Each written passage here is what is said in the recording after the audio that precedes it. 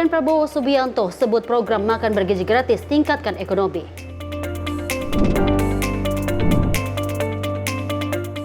Hari kedua pemeriksaan kesehatan kepala daerah inklusif.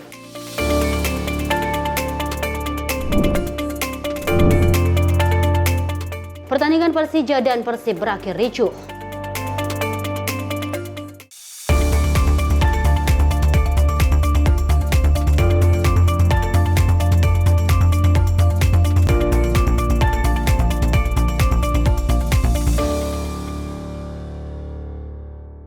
Halo, selamat malam pemirsa. Senang sekali menyapa malam hadir menemani waktu Anda pada malam hari ini dengan sejumlah informasi lainnya. Dan pemirsa, selain 4 informasi tadi, kami juga memiliki sejumlah informasi terkait dengan kegiatan Wakil Presiden dan juga sejumlah Menteri Kabinet Merah Putih. Betul sekali, selain itu juga kami akan menghadirkan informasi seputar peristiwa dan juga olahraga bersama saya Tiara Dianti. Dan saya Dewa Manik. Simak informasi menyapa malam untuk Anda.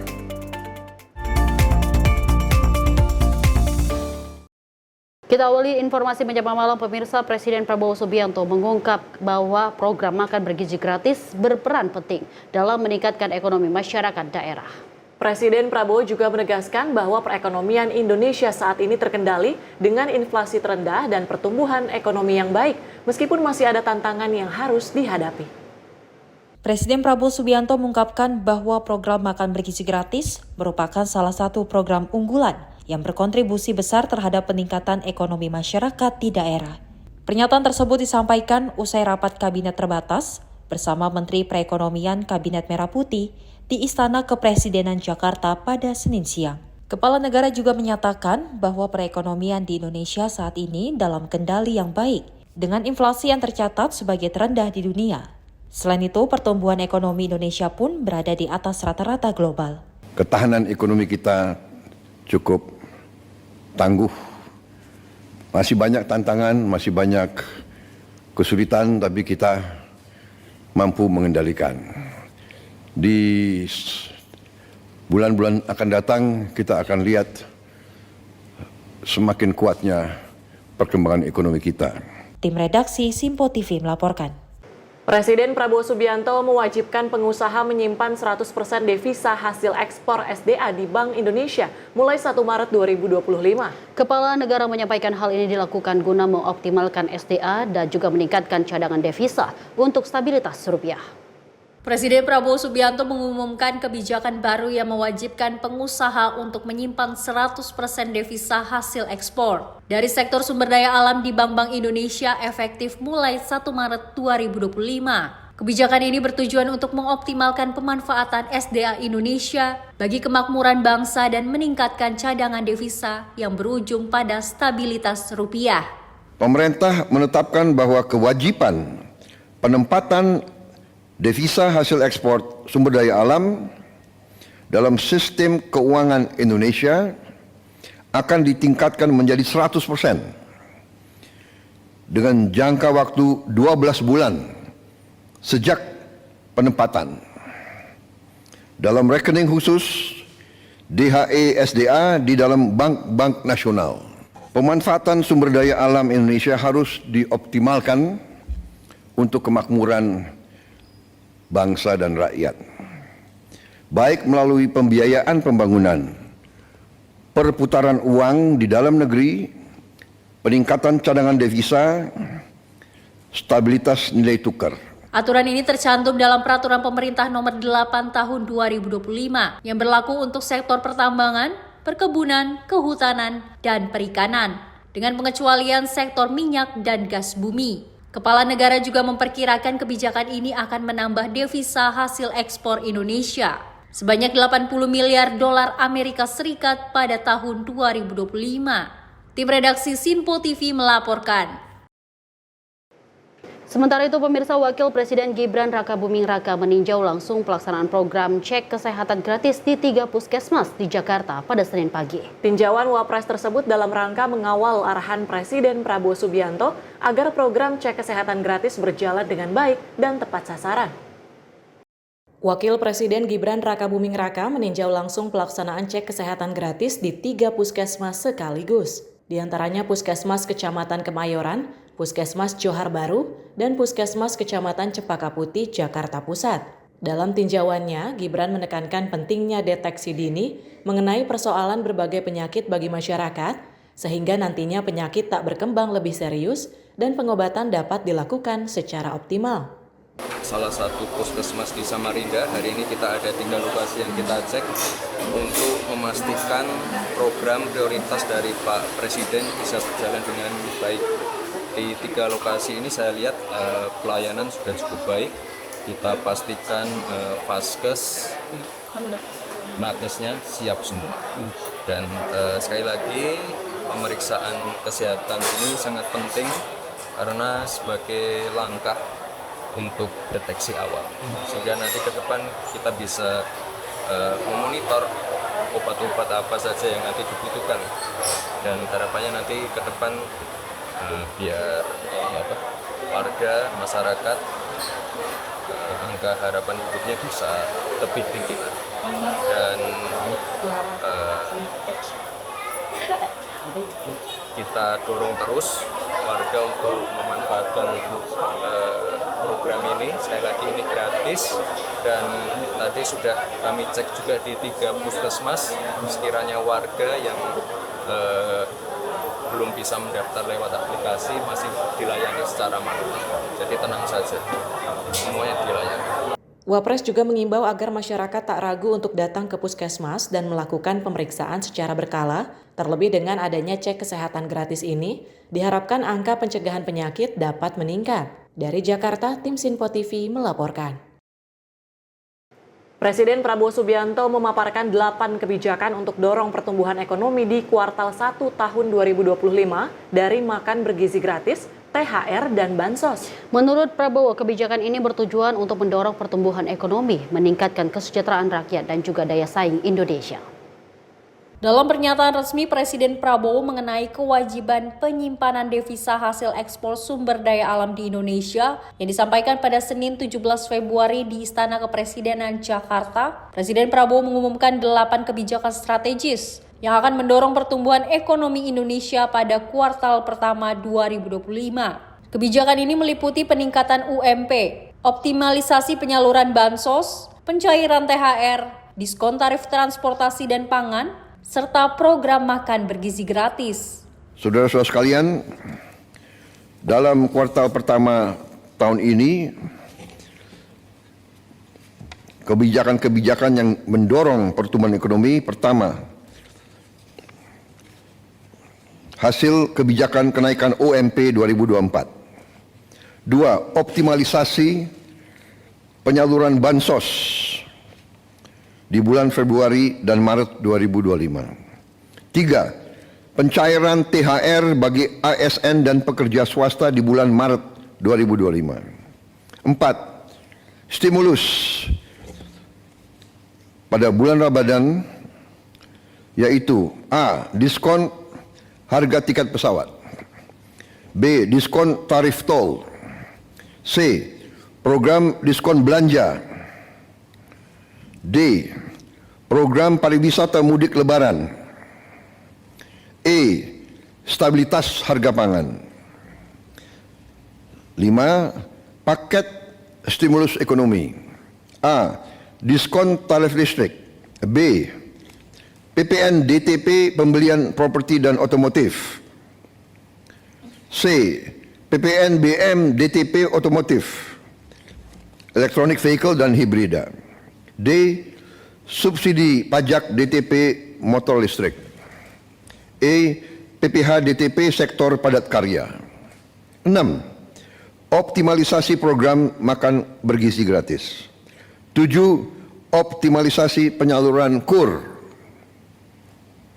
8. Panen padi terrealisasi secara optimal.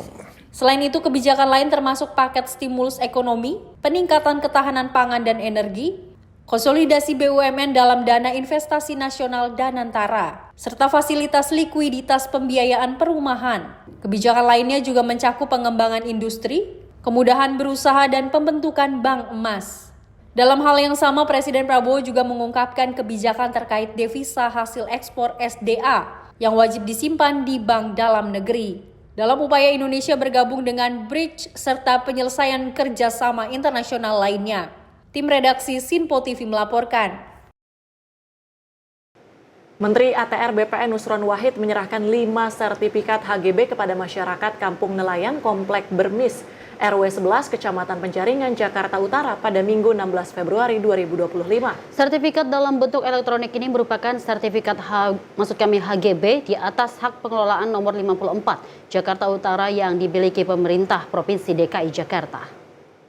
Menurutnya, skema HGB di atas HPL dapat menjadi solusi dalam penyelesaian permasalahan pertanahan.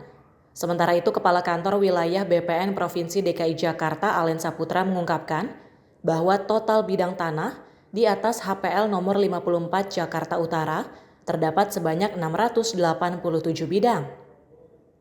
Pertama-tama kita harus syukur alhamdulillah karena sudah terbit sertifikat, ada kepastian Bu ya. Orang kalau menempati tanah punya sertifikat ibaratnya orang nikah punya buku nikah. Ini kan jumlahnya 9,7 hektar punyanya Pemprov kan. Nah ini kan dulunya daripada nggak punya kekuatan hukum, dengan sekarang ini ada sertifikat sudah ditempatin, semuanya mempunyai kekuatan hukum. Sehingga apa? Tanahnya punya Pemda atau punya Pemprov tidak hilang, bapak-bapak bisa menempati, punya kekuatan hukum dan punya sertifikat untuk menempati. Pak, bagaimana kok nggak bisa SHM murni? Karena ini punya negara. Kalau dikasihkan langsung kepada bapak-bapak, nanti Pak Gubernurnya masuk penjara. Pak Kepala Kantor sama Pak Kanwil masuk penjara. Sampai ingin Kepala Kantor saya masuk penjara? Jangan kan? Nah, karena kalau jangan, maka SHGB jalan keluarnya. Adapun rinciannya meliputi 587 bidang tanah yang telah terukur dan 100 bidang yang belum terukur. Menteri ATR BPN menjelaskan, sertifikat ini merupakan buah dari perjuangan nelayan Muara Angke yang telah menyuarakan hak kepemilikan, serta intensif 5 tahun terakhir untuk hak guna bangunan di atas hak pengelolaan lahan pemerintah Provinsi Jakarta. Ia melanjutkan pemberian SHGB merupakan solusi tripartit antara Pemprov Jakarta, Kementerian ATR BPN, dan warga Kampung Nelayan Bermis Muara Angke. Tim redaksi Sinpo TV melaporkan. Pemirsa, Kementerian Kesehatan dan PP Muslimat Nahdlatul Ulama bekerja sama untuk mendukung program cek kesehatan gratis melalui penandatanganan Nota Kesepahaman atau MOU. Nota Kesepemahaman itu ditandatangani oleh Menteri Kesehatan Budi Gunadi Sadikin dan Ketua Umum PP Muslimat NU Hovifah Indar Parawansa. Menteri Kesehatan Budi Gunadi Sadikin menggandeng Muslimat NU untuk mendukung program kesehatan nasional. Salah satunya dengan menyukseskan dan memanfaatkan cek gratis yang sudah dicanangkan Presiden Prabowo Subianto. Dalam Kongres 18 Muslimat NU Menkes menyebutkan bahwa cek kesehatan gratis sangat bermanfaat untuk mengetahui kondisi kesehatan masyarakat secara berkala. Yang mana masyarakat bisa cek kesehatan gratis di hari ulang tahun sebagai kado dari negara. Menkes Budi juga menyebut bahwa penyakit yang sering dialami perempuan seperti kanker payudara dan kanker serviks sudah bisa di USG dan diberi vaksinasi HPV di puskesmas mulai tahun ini. Kanker payudara sama serviks itu adalah pembunuh kanker nomor 1 dan 2 di ibu-ibu. Jadi jangan lupa, udah ada USG di puskesmas, nggak usah mamografi, bisa juga periksa USG di puskesmas mulai tahun ini. Terusnya yang serviks itu yang punya anak-anak perempuan dari sekarang dikasih vaksinasi HPV mumpung gratis. Menkes juga beranggapan jika rutin melakukan cek kesehatan gratis, maka ketika ada gejala bisa segera diantisipasi agar tidak berkembang. Tim redaksi Sinpo TV melaporkan. Pemirsa, pada hari kedua pemeriksaan kesehatan diikuti oleh kepala dan wakil kepala daerah terpilih dari Kalimantan, Sulawesi, Bali, Nusa Tenggara, hingga Indonesia bagian timur. Pemeriksaan kesehatan menjadi tahapan akhir sebelum para kepala daerah resmi dilantik pada 20 Februari dan juga menjalani retreat di Magelang, Jawa Tengah selama 7 hari. Sejumlah kepala dan wakil kepala daerah terpilih telah menyelesaikan pemeriksaan kesehatan di Kementerian Dalam Negeri pada hari kedua Senin 17 Februari 2025. Pemeriksaan ini dijalani oleh gubernur dan wakil gubernur terpilih dari Kalimantan, Sulawesi, Bali, Nusa Tenggara, serta Papua. Pengecekan meliputi tekanan darah, gula darah, asam urat, dan pemeriksaan kesehatan menyeluruh untuk memastikan kesiapan para kepala daerah menjelang pelantikan pada 20 Februari.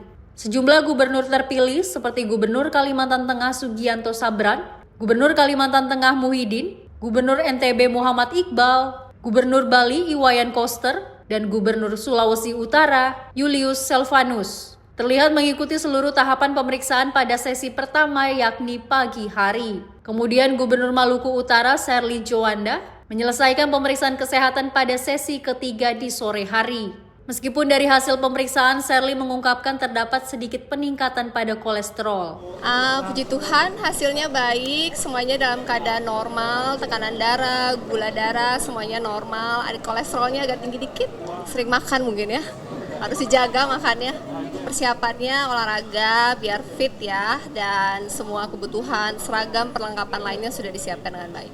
Gubernur terpilih Maluku Utara pun berkomitmen untuk menjaga pola makan dan berolahraga agar tubuh tetap dalam kondisi prima. Dari Jakarta, Jihan Nabila Mutia Anggaini, Sinpo TV melaporkan.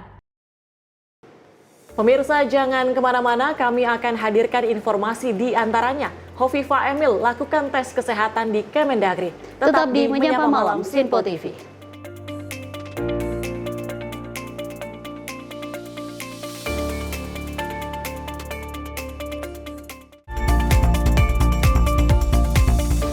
Halo, selamat malam pemirsa. Senang sekali rasanya kami mengisi ruang informasi Anda. Akhiri aktivitas Anda dengan rangkuman perkembangan peristiwa yang terjadi sepanjang hari. Sebelumnya kita saksikan ada sekitar 3.000 tamu undangan, sementara di Ibu Kota Nusantara ini ada sekitar 2.000 tamu undangan. Rangkaian informasi nasional dan mancanegara dirangkum sebagai penutup hari dalam Menyapa Malam. Setiap Senin hingga Jumat pukul 8 malam, hanya di Sinpo TV.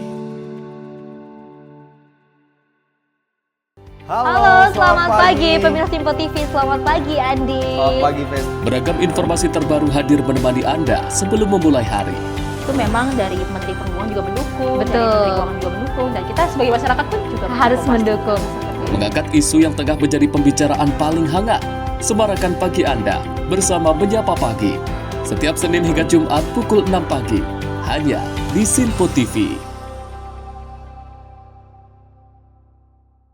Halo pemirsa, kami kembali hadir dengan sejumlah informasi yang kami himpun dari berbagai penjuru dunia. Rangkaian informasi yang membuat akhir pekan Anda begitu bermakna. Sebuah kelompok di Afrika Selatan memberikan layanan pertunjukan film dengan tenaga surya. Berita yang menjadi sorotan media dari dalam dan luar negeri.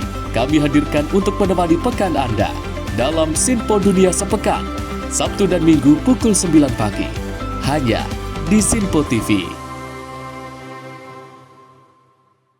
Kami hadir dengan rangkaian informasi dari berbagai penjuru dunia. Topik dan isu yang tengah menjadi sorotan mancanegara dikemas dengan lengkap untuk Anda.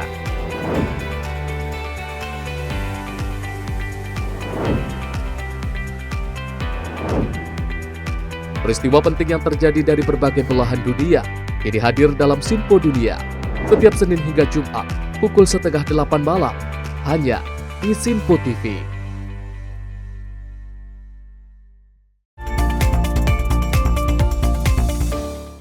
Terima kasih pemirsa, Anda kembali menyaksikan Menyapa Malam. Kita lanjut informasi. Pada hari pertama pemeriksaan kesehatan sejumlah gubernur terpilih dari Pulau Jawa dan Sumatera, seperti Gubernur Jawa Barat, Gubernur Jawa Timur, Gubernur Jawa Tengah, hingga Wakil Gubernur Jakarta, turut mengikuti serangkaian tes kesehatan di Kementerian Dalam Negeri. Pemeriksaan ini menjadi tahap awal sebelum pelantikan kepala daerah resmi digelar di Istana Merdeka pada 20 Februari 2025. Gubernur terpilih Jawa Barat Deddy Mulyadi menjalani pemeriksaan kesehatan di Kementerian Dalam Negeri pada Minggu 16 Februari 2025. Meski dalam kondisi sehat, Deddy mengungkapkan ada satu hal yang menjadi perhatiannya saat tes kesehatan berlangsung. Dari hasil tes kesehatan, Deddy mengungkapkan tidak mengalami masalah dengan gula darah, asam urat, ataupun kolesterol. Selain itu, Deddy mengaku siap mengikuti retret di Magelang, Jawa Tengah selama 1 minggu. Kan nggak ada yang disiapin, cuma diperiksa kesehatan kita tiap hari. Sebulan sekali saya biasa diperiksa kesehatan paripurna ya. Jadi bukan hal yang baru. Apalagi. Pokoknya dalam keadaan sehat, jasmani dan rohani. Agenda retret dipersiapkan untuk membekali para gubernur terpilih sebelum menjalankan amanah di daerah masing-masing. Dari Jakarta, Cihan Nabila, Mutia Agiani, Simpo TV melaporkan. Pemirsa, Ketua Umum PSSI Erick Thohir bersama Wamensesnek dan Dirut PPK GBK meninjau persiapan rumput di Stadion Gelora Bung Karno, Jakarta. Peninjauan dalam rangka memastikan Stadion GBK siap menjadi tuan rumah kualifikasi Piala Dunia 2026 zona Asia saat Timnas Indonesia menjamu Bahrain pada Maret mendatang. Ketua Umum PSSI Erick Thohir meninjau persiapan rumput di Stadion Gelora Bung Karno, Jakarta jelang dipakai untuk pertandingan Timnas Indonesia melawan Bahrain pada 25 Maret 2025 mendatang. Momen peninjauan rumput di Stadion GBK ini pun diunggah Erick Thohir dalam akun sosial media Instagram pribadinya @erikthohir pada 15 Februari 2025. Dalam peninjauan tersebut, Erick Thohir didampingi Wakil Mensesnek Juri Ardiantoro dan Direktur Utama PPK GBK Adi Kusumo. Dari Jakarta, tim redaksi Sinpo TV melaporkan. Pemirsa, sementara itu sejumlah kepala daerah terpilih menjalani pemeriksaan kesehatan sebelum pelantikan yang akan dilaksanakan pada 20 Februari 2025 di Istana Merdeka, Jakarta. Pemeriksaan ini berlangsung di Kementerian Dalam Negeri sebagai bagian dari prosedur sebelum mereka resmi mengemban jabatan dan melakukan retreat di Magelang, Jawa Tengah selama 7 hari. Jelang pelantikan pada 20 Februari 2025 di Istana Merdeka, sejumlah kepala daerah terpilih menjalani pemeriksaan kesehatan di Kementerian Dalam Negeri. Langkah ini merupakan bagian dari prosedur resmi untuk memastikan kesiapan para pemimpin daerah dalam menjalankan tugasnya. Untuk di hari kedua pemeriksaan kesehatan, gubernur terpilih yang telah menjalani cek kesehatan, diantaranya Gubernur Kalimantan Tengah dan Kalimantan Selatan, Nusa Tenggara Barat, Bali, Sulawesi Utara Julius Selvanus, Sulawesi Selatan Andi Sudirman Sulaiman. Pemeriksaan kesehatan tersebut meliputi tes tekanan darah, cek fisik, dan pemantauan kesehatan umum lainnya. Nantinya hasil pemeriksaan ini akan digunakan sebagai salah satu syarat untuk pelantikan resmi nanti. Gula darah aman, kolesterol aman, semuanya aman. Dan kami siap mengikuti tahapan berikutnya. Alhamdulillah hari ini pemeriksaan kesehatan lancar ya. Karena tadi cuman cek darah, tinggi darah itu diulang tadi. Hasilnya bagus. Ya, alhamdulillah tadi saya lalu Muhammad Iqbal, Gubernur NTB terpilih bersama Ibu Indah Damayanti Putri, Ibu Dinda. Ini Wakil Gubernur terpilih baru saja menyelesaikan pengecekan kesehatan dan alhamdulillah dua-duanya dalam kondisi sehat dan siap untuk dilantik nanti pada tanggal 20 Februari dan juga saya sendiri sudah kondisi sehat dan siap untuk mengikuti retreat yang akan berlangsung 21 sampai 28 nanti. Barusan kami melakukan pemeriksaan kesehatan bersama Bapak Wakil Gubernur Bali, saya Wayan Koster, Bapak Nyoman Giri Praste, sudah mengikuti sesuai dengan POM yang diberikan. Ada 4 unsur yang dites. Pertama adalah tensi, yang kedua adalah kadar gula, yang ketiga adalah kolesterol, yang keempat asam urat. Hasil pengecekan untuk saya dua-duanya normal, begitu juga untuk Pak Wagub. Alhamdulillah Astungkaro normal. Puji syukur pagi ini kami berdua dari Sulawesi Utara, saya calon Gubernur Sulawesi Utara dan Pak Victor, Wakil Gubernur Sulawesi Utara. Jadi pagi ini kita sudah melaksanakan pemeriksaan kesehatan, ya. Puji Tuhan kami berdua siap untuk melaksanakan upacara tanggal 20, ya. Kami berharap semua yang melaksanakan tes kesehatan hari ini dan kemarin tentunya sehat semua, sehingga pelaksanaan pada saat upacara nanti semua dapat berjalan dengan lancar. Hari ini kita melaksanakan pemeriksaan kesehatan sebagai tahapan pelantikan, dan alhamdulillah di hari ini saya bersama Ibu Wagub dan juga ada Bupati dari Lutim dan Ibu Wakil Bupati Lutim, dan semua normal-normal aja ya. Mungkin kolesterol agak tinggi-tinggi sedikit lah ya. Adapun setelah melewati proses pemeriksaan kesehatan, para kepala daerah dijadwalkan untuk mengikuti retreat yang diselenggarakan dari tanggal 21 hingga 28 Februari 2025 di Akmil Magelang, Jawa Tengah.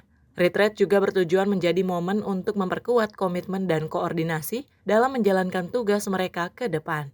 Dari Jakarta, Jihan Nabila, Mutia Anggiani, Sinpo TV melaporkan.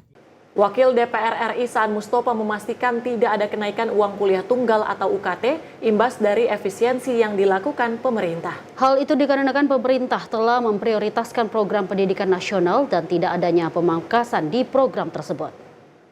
Kabar adanya pemangkasan anggaran pada Kementerian Pendidikan Tinggi Sains dan Teknologi terkait beasiswa Kartu Indonesia Pintar atau KIP, serta adanya kenaikan uang kuliah tunggal dibantah oleh DPR.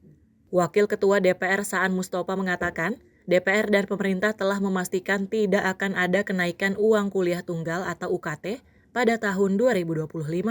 Hal itu karena tidak adanya pemangkasan pada anggaran beasiswa Kartu Indonesia Pintar atau KIP, sehingga hal itu tidak akan berdampak pada kenaikan uang kuliah tunggal. Menurutnya, pemerintah tetap memprioritaskan dan berkomitmen pada bidang pendidikan ini agar pendidikan di tanah air dapat berjalan dengan baik.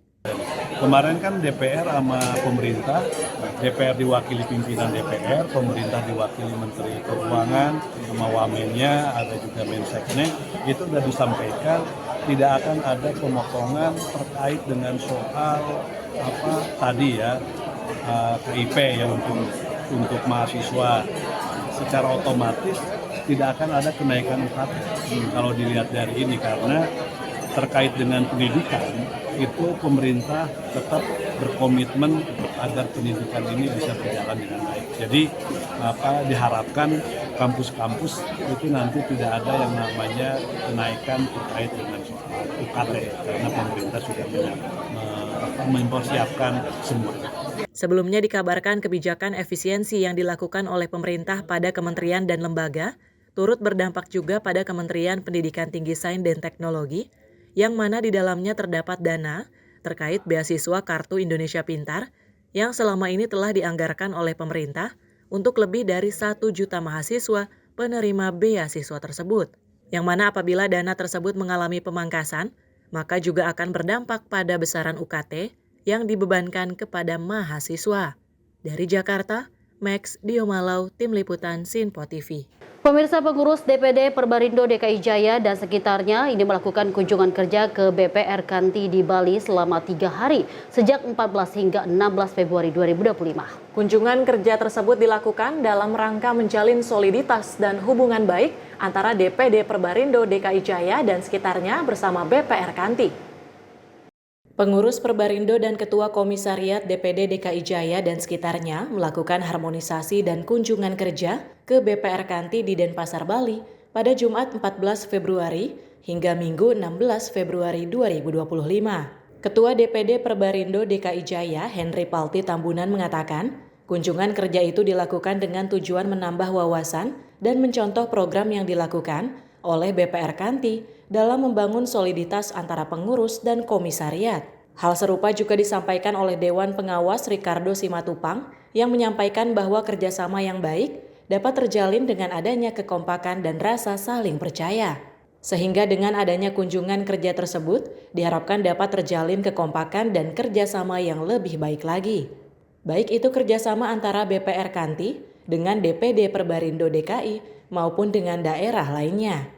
Yang pertama, kita untuk menambah wawasan karena kita melihat ada salah satu sahabat kami di Bali, kebetulan Pak Amitabha dari BPR Kanti itu baru-baru ini melakukan acara melakukan program hadiah. Nah, ini bisa menjadi semacam sumber inspirasi bagi kami DPD DKI untuk bersama-sama, dan saat ini dari tanggal 14 Februari sampai dengan tanggal 17 Februari hari Jumat sampai hari Minggu bersama dengan seluruh anggota dari Ketua Komisariat, Dewan Pengawas, ya ada Pak Sem di sini, kemudian ada Pak Ricardo, dan Ketua daripada penyelenggara kami pada hari ini, BPR Kanti, Ibu Herlina, bersama seluruh anggota dan Ketua Komisariat, ini bersama-sama mengunjungi sahabat kami BPR Kanti di Bali. Semoga acara yang berlangsung selama 3 hari ini menjadi sumber inspirasi bagi kami untuk sama-sama maju bersama. Terima kasih. Kita tahu bahwa kerjasama itu bisa terjalin kalau ada saling percaya. Kebersamaan selama 3 hari saya yakin akan membangun saling percaya antara sesama pengurus DPD dan ketua-ketua komisariat. Melalui saling percaya itu akan terbangun kerjasama yang lebih baik antar BPR. Setidak-tidaknya BPR-BPR yang dikelola para pengurus dan ketua komisariat. Setelah itu baru akan turun ke anggotanya. Terima kasih. Dari Jakarta, tim redaksi Sinpo TV melaporkan. Kementerian Desa dan Pembangunan Daerah Tertinggal bergandengan tangan dengan Muslimat NU guna mempercepat pembangunan ekonomi di pedesaan. Menteri Desa dan Pembangunan Daerah Tertinggal Yandri Susanto ini menyampaikan bahwa sinergitas antara Kemendes dan juga Muslimat NU sangat penting dalam pemberdayaan perempuan. Kementerian Desa dan Pembangunan Tertinggal menggandeng Muslimat Nahdlatul Ulama untuk bersinergi mewujudkan pembangunan desa yang inklusif dan berkelanjutan. Kerjasama itu ditandai dengan penandatanganan nota kesepahaman bersama Ketua Umum Muslimat NU Khofifah Indar Parawansa di Surabaya, Jawa Timur. Menurut Menteri Desa dan Pembangunan Tertinggal, Yandri Susanto, bahwa Muslimat NU tidak hanya menjadikan wadah advokasi, tetapi juga penggerak utama dalam mendorong kesetaraan gender, pemberdayaan perempuan desa, dan peningkatan kapasitas sumber daya manusia di desa. Saya doakan Muslimat Nahdlatul Ulama ke depan tambah hebat, tambah maju, tambah diperhitungkan di dalam negeri maupun di luar negeri. Nah, oleh karena itu forum yang terhormat ini, Kementerian Desa dan Pembangunan Daerah Tertinggal, hasil diskusi dengan Ibu Ketua Umum, Bu Khofifah, ingin sekali rasanya kita berkolaborasi Bapak Ibu. Harapan baru, ada semangat baru keluarga besar Muslimat bersama Kemendes untuk menatap masa depan desa yang cemerlang dan bahagia. Sekali lagi, bangun desa, bangun Indonesia, bisa terdepan untuk Indonesia, insya Allah akan terwujud di masa-masa yang datang dengan kolaborasi dengan berbagai pihak. Dan itu mudah-mudahan bisa kita lakukan dengan komunikasi yang hebat, yang tertib, terukur, dan terarah. Apalagi Pak Presiden Prabowo punya cita-cita yang ke-6, membangun dari desa, langsung disebut ke desa. Membangun dari desa dan dari bawah untuk pemerataan ekonomi dan pemerataan kemiskinan. Jadi kalau saya mohon, sangat mata Muslimat ini jadi mata Kementerian Desa di seluruh Indonesia. Kolaborasi dengan Muslimat NU dapat memberikan semangat dan harapan baru untuk menatap masa depan desa yang lebih cemerlang. Tim redaksi Sinpo TV melaporkan. Kita lanjut informasi pemirsa. Gubernur dan Wakil Gubernur Jawa Timur terpilih Khofifah Indar Parawansa dan Emil Elistianto Dardak menjalani pemeriksaan kesehatan di Gedung Kementerian Dalam Negeri Jakarta Minggu 16 Februari 2025. Pelaksanaan tes kesehatan ini dilakukan sebagai salah satu syarat wajib sebelum pelaksanaan pelantikan pada 20 Februari 2025 mendatang. Kedatangan Khofifah dan Emil disambut oleh Wakil Menteri Dalam Negeri Bima Arya Sugiarto. Dalam pemeriksaan ini, turut mendampingi Kepala Biro Pemerintahan dan Otonomi Daerah Setda Prof Jatim, Lilik Pujiastuti, dan Direktur RSUD Dr. Sutomo Cita Rosita Sigit Prakoswa. Usai menjalani pemeriksaan, Khofifah menyampaikan medical check-up yang dijalani berjalan lancar. Tak hanya itu, ia juga memastikan bahwa kondisi kesehatannya dan Emil dinyatakan normal dan sehat. Lebih lanjut, Khofifah menegaskan bahwa dirinya bersama Emil siap menjalani proses pelantikan. Setelahnya akan mengikuti tahapan orientasi kepala daerah atau retreat di Magelang, Jawa Tengah. Tim redaksi Sinpo TV melaporkan. Pemirsa, Wakil Menteri Investasi dan Hilirisasi, Wakil Kepala BKPM Todo Tua Pasaribu menekankan pentingnya hilirisasi sektor kelautan dan perikanan dalam meningkatkan daya saing ekonomi nasional. Hal itu disampaikan saat seminar masyarakat perikanan Nusantara dengan tema hilirisasi sektor kelautan dan perikanan dalam mendukung suksesnya program Astacita. Wakil Menteri Investasi dan Hilirisasi Wakil Kepala BKPM Todo Tua Pasaribu menghadiri acara seminar masyarakat perikanan Nusantara di Jakarta pada Jumat 14 Februari 2025. Pertemuan ini bertujuan untuk meningkatkan pemahaman dan kesadaran mengenai pentingnya sektor perikanan bagi perekonomian Indonesia. Wamen Todo Tua juga menyoroti upaya pemerintah dalam meningkatkan kualitas sumber daya manusia di sektor perikanan melalui pelatihan dan peningkatan kapasitas nelayan serta pelaku usaha perikanan. Salah satu strategi dalam pengembangan hilirisasi, kita akan masuk dalam kawasan ekonomi khusus untuk sektor perikanan. Dalam program yang coba nanti akan kita rancang ke depan, mendukung hilirisasi sektor perikanan, pemerintah telah menyediakan 3 kawasan ekonomi khusus sektor perikanan, yaitu kawasan ekonomi khusus yang ada di Morotai, kawasan ekonomi khusus Likupang, dan satunya lagi adalah kawasan ekonomi khusus Bitung. Tentunya ini adalah strategi yang akan kita kembangkan ke depannya dalam kerangka hilirisasi sektor perikanan. Karena konsep kawasan industri dan kawasan ekonomi khusus ini adalah konsep yang memang menjadi konsep kementerian kami dalam pengembangan sektor hilirisasi, khususnya kita berbicara pada hari ini adalah sektor hilirisasi perikanan. Wakil Menteri Investasi dan Hilirisasi pun berharap pentingnya menarik investasi dalam sektor perikanan untuk mendukung teknologi yang ramah lingkungan serta pengelolaan sumber daya alam secara berkelanjutan. Dari Jakarta, tim redaksi Sinpo TV melaporkan. Pemirsa, jangan kemana-mana, usai jeda kami akan menghadirkan informasi salah satunya berantas pungli di tempat wisata pemerintah bentuk Pokja. Tetap di Menyapa Malam Sinpo TV.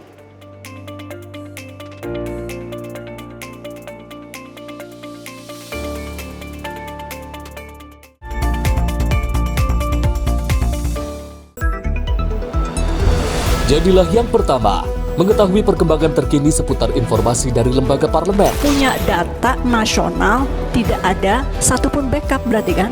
Tiba-tiba ada putusan yang nggak masuk akal dan seperti ini gitu. Kita biarkan rekomendasi kepada KPK, periksa!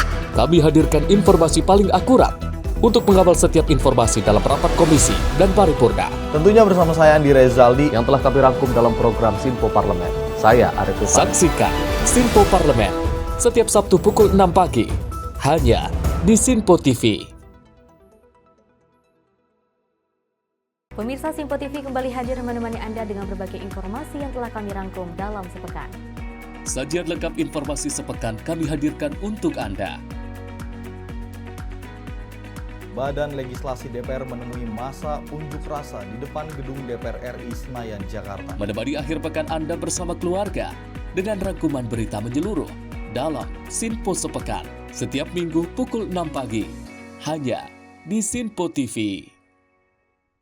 Pemirsa, Sinpo TV kembali hadir menemani Anda dengan berbagai informasi yang telah kami rangkum dalam sepekan. Sajian lengkap informasi sepekan kami hadirkan untuk Anda. Badan Legislasi DPR menemui masa unjuk rasa di depan gedung DPR RI Senayan, Jakarta. Menemani akhir pekan Anda bersama keluarga dengan rangkuman berita menyeluruh dalam Sinpo Sepekan setiap minggu pukul 6 pagi hanya di Sinpo TV.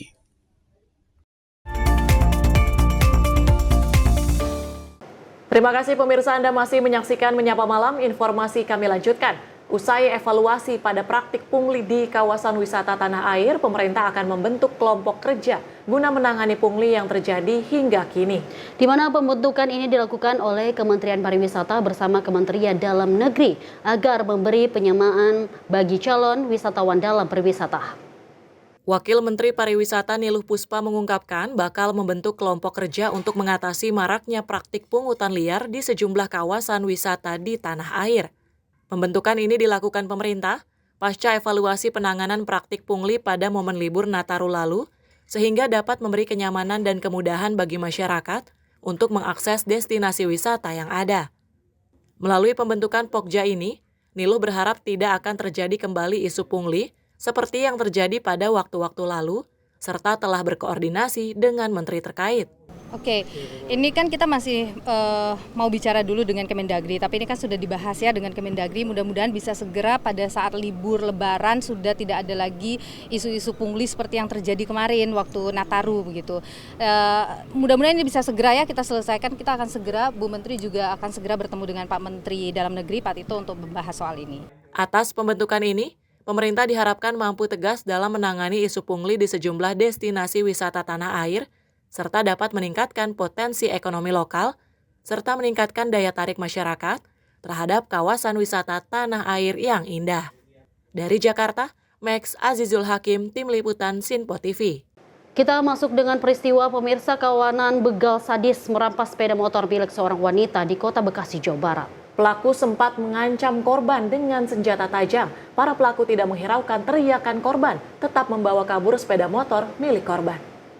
Dalam rekaman CCTV terlihat seorang wanita menjadi korban pembegalan di Jalan Albar, Kampung Ciketing, Rawamulya, Mustika Jaya, Kota Bekasi, Jawa Barat pada Senin dini hari.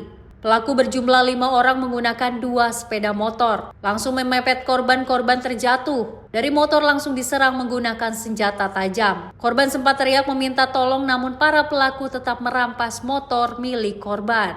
Menurut warga saat ditemui Senin pagi, pada saat kejadian korban akan menjemput bosnya ke pasar. Tiba-tiba di tengah jalan korban dihadang kawanan begal bersenjata tajam. Kejadian menjelang pagi usai sholat subuh. Teriakan korban sempat membuat warga sekitaran keluar rumah. Namun pelaku berhasil kabur dengan membawa motor milik korban. Beruntung korban selamat, tidak mengalami luka-luka. Dia tadinya menjemput pemajikannya setiap jam 5. Ya mungkin karena dia jalan tiap hari, sini Pak, tidak nunggu di sini. Terus kan tidak ini gitu. Kalau yang begal itu, mungkin karena motornya juga bagus sekali, makanya dia tiap hari di sini gitu, berdua. Cek. Aksi kejahatan pembegalan bukan kali pertama terjadi di wilayah tersebut. Bahkan para pelaku mengincar pengendara motor yang melintas pada malam hari. Tidak segan pelaku mengancam korban dengan senjata tajam. Kasus pembegalan ini ditangani Polsek Bantar Gebang, Polres Metro Bekasi Kota. Dari Bekasi, M. Ridwan, Sinpo TV melaporkan. Pemirsa, Jalan Cilebut di Kelurahan Sukaresmi, Kecamatan Tanah Sereal, Kota Bogor kembali memakan korban pada Minggu 16 Februari 2025 malam. Satu unit motor yang dikendarai oleh seorang ibu dan juga anak terjun ke jurang sedalam 8 meter. Sejumlah personel dari BPBD dibantu warga setempat langsung turun ke jurang untuk mengevakuasi. Beredar sebuah video proses evakuasi korban jatuh ke jurang di Jalan Raya Cilebut, Kelurahan Sukaresmi, Kecamatan Tanah Sareal, Kota Bogor pada Minggu malam. Petugas gabungan juga mengevakuasi kendaraan milik korban dengan menariknya menggunakan tali dan peralatan lain dari dasar jurang. Diketahui korban tersebut bernama Lina, 42 tahun, dan anaknya yakni SH, 8 tahun yang mengendarai Honda PCX. Kasat Lantas Polresta Bogor Kota Kompol Yudiono menjelaskan, kecelakaan berawal saat Lina melaju dari arah Jalan Baru menuju Cilebut. Saat di Jembatan 1, sepeda motor yang dikendarai Lina tidak bisa dikendalikannya. Lina sontak kaget dan tidak sengaja menarik gas. Kemudian ia menabrak trotoar dan terjatuh masuk ke jurang bagian bawah sungai. Kondisi Lina dan anaknya mengalami luka-luka. Lina dan anaknya sendiri berhasil dievakuasi oleh personil Badan Penanggulangan Bencana Daerah. Selama 2 jam Lina dan anaknya serta motornya berhasil diangkat ke pinggir jalan kembali. Keduanya langsung dilarikan ke Rumah Sakit Islam untuk mendapatkan pertolongan. Tim redaksi Sinpo TV melaporkan. Pemirsa, kita lanjut informasi. Ledakan tabung gas mengguncang sebuah rumah tinggal di Jalan Golden Palm, Pegadungan, Kalideres, Jakarta Barat pada Minggu siang. Menurut Kasih Ops Damkar Jakarta Barat, Syarifuddin, dugaan sementara penyebab ledakan adalah kebocoran tabung gas. Sebuah ledakan mengguncang sebuah rumah tinggal di Jalan Golden Palm Blok F nomor 76, Citra 5, Pegadungan, Kalideres, Jakarta Barat pada Minggu siang 16 Februari 2025. Ledakan tersebut diduga kuat disebabkan oleh kebocoran gas dari tabung di dalam rumah. Meskipun suara ledakan cukup keras, beruntung tidak ada kebakaran yang terjadi akibat insiden ini. Tim pemadam kebakaran dari Jakarta Barat segera tiba di lokasi kejadian untuk melakukan penanganan. Mereka melakukan proses pendinginan dan memastikan tidak ada potensi api yang menyala. Bau gas yang menyengat masih tercium di sekitar lokasi sehingga petugas berupaya untuk menghilangkan sumber kebocoran dan memastikan keamanan lingkungan sekitar. Menurut Kasubdit Damkar Jakarta Barat, Syarifuddin, dugaan sementara penyebab ledakan adalah kebocoran tabung gas. Lebih lanjut, ia memastikan bahwa tidak ada korban jiwa maupun kerusakan berat dalam kejadian ini. Pihak berwenang mengimbau kepada seluruh warga untuk selalu memeriksa instalasi gas secara berkala guna mencegah terjadinya insiden serupa di masa mendatang. Dari Jakarta, Alwendi, Tim Simpo TV melaporkan. Pemirsa, pertandingan antara Persija Jakarta dan Persib Bandung yang digelar di Stadion Patriot Candrabaga, Bekasi pada Minggu malam 16 Februari 2025 berakhir dengan kericuhan. Puluhan supporter menjadi korban pengeroyokan oleh sekelompok supporter. Bahkan 15 Jakmania ini menjadi korban salah sasaran oleh sesama supporter Jakmania. Pertandingan antara Persija Jakarta dan Persib Bandung yang digelar di Stadion Patriot Candrabaga, Bekasi pada Minggu malam 16 Februari 2025 berakhir dengan kericuhan. Kericuhan tidak hanya terjadi di dalam stadion yang juga menyebabkan puluhan orang mengalami luka-luka. Namun kericuhan juga terjadi di luar stadion di sekitar Simpang BCP Kota Bekasi yang berdekatan dengan stadion. Menurut informasi yang beredar, seorang pria menjadi korban pengeroyokan oleh sekelompok supporter di Simpang BCP. Kronologi pasti dari kejadian tersebut masih belum diketahui secara jelas, namun dilaporkan bahwa situasi di lokasi kejadian sempat memanas sebelum akhirnya berhasil diredam oleh aparat kepolisian. Akibat kericuhan ini, puluhan orang dilaporkan mengalami luka-luka dan harus mendapatkan perawatan medis. Pihak kepolisian bertindak cepat dengan menahan sejumlah orang yang diduga terlibat dalam aksi keributan tersebut. Situasi terkini di sekitar Stadion Patriot dan Simpang BCP dilaporkan sudah kondusif, namun aparat keamanan masih terus berjaga-jaga untuk mengantisipasi potensi terjadinya keributan susulan. Dari Jakarta, Alwedi, Tim Simpo TV melaporkan. Pemirsa, informasi olahraga tadi sekaligus menutup jumpa kita di Menyapa Malam kali ini. Saya Tiara Dianti mewakili seluruh kerabat kerja yang bertugas, pamit undur diri. Terima kasih dan sampai jumpa.